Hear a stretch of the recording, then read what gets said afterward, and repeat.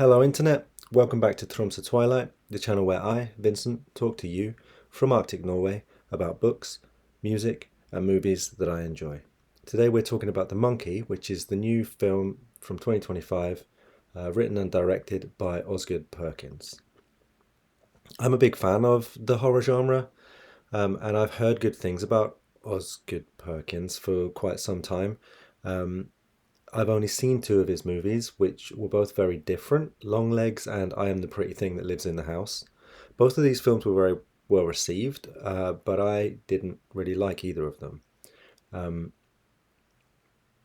I Am the Pretty Thing That Lives in the House was obviously influenced by Shirley Jackson's novels.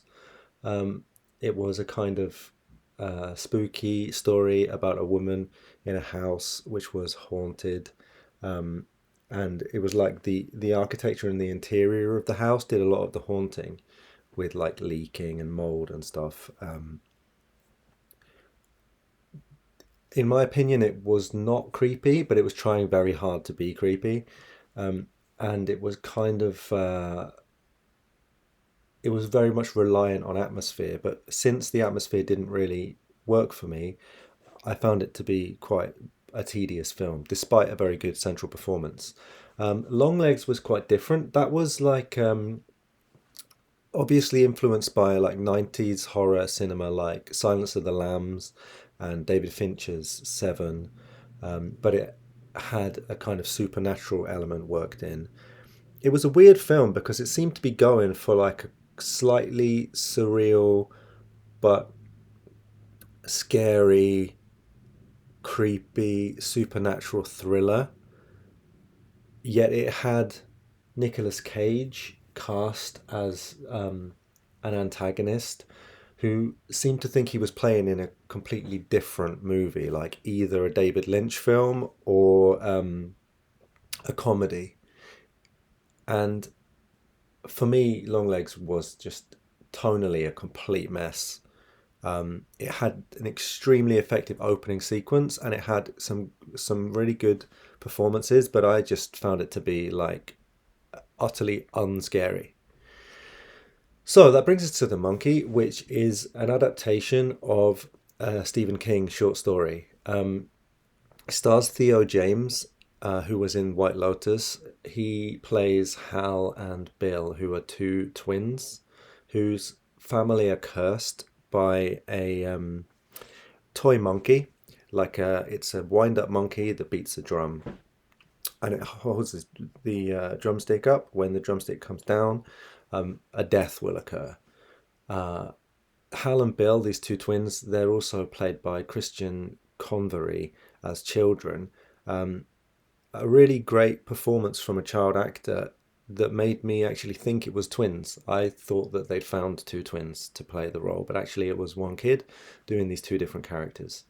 Um, there are some great one scene performances from Elijah Wood, Frodo, and from Adam Scott. They both kind of steal their part of the film. Um, and what really sticks out about The Monkey from pretty early in the runtime is that it's tonally very unlike the other Perkins films that I've seen. It's very clearly like a black comedy. It's quite a brutal, stressful, and scary horror film that is also continually hilarious, and it's played very broad. The deaths are very slapstick, and the manuscript is just like ridiculous. And the actors are really enjoying playing these like ridiculous characters that are almost like some of the characters.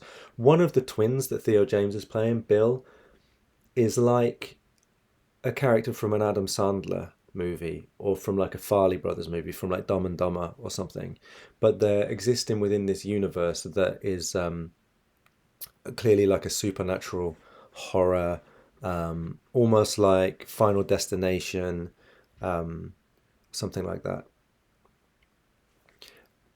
I'd like to just briefly mention the Stephen King connection. I've never read the short story The Monkey. um, Stephen King can be quite funny in his writing, but I've never read anything by him that was like open comedy.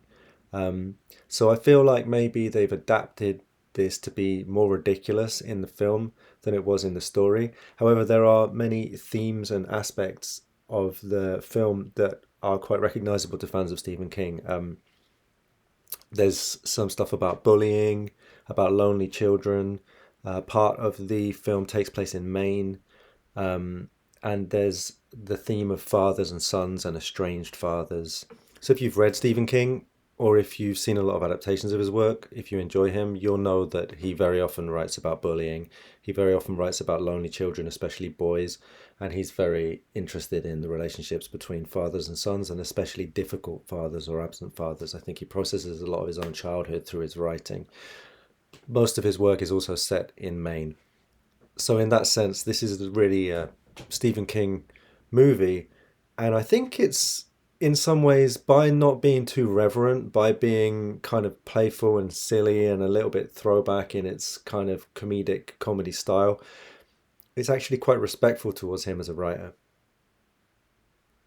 Are there any other themes? I mean, it's almost so obvious that that I feel embarrassed to mention it, but the film is about death, um, and it kind of suggests through the dialogue that its attitude towards death is that death is both awful and inevitable, and that we therefore should try to have fun or laugh in the face of our inevitable demise. And the metaphor that's used in the film is dancing after a funeral. So I really enjoyed The Monkey. It's not great cinema, but I don't know if I really like great cinema anymore. And it looks really great. Like, that's one thing I will say about Osgood Perkins, and that I really thought when I saw Longlegs, is that Longlegs really had the aesthetics, but it didn't have the atmosphere, and it didn't have the coherence. Whereas this film, he stopped trying to be creepy, and I think he was never that good at it. So instead of being creepy, he's gone for being kind of entertaining, and in my opinion, he nailed it. So that's my brief review of The Monkey.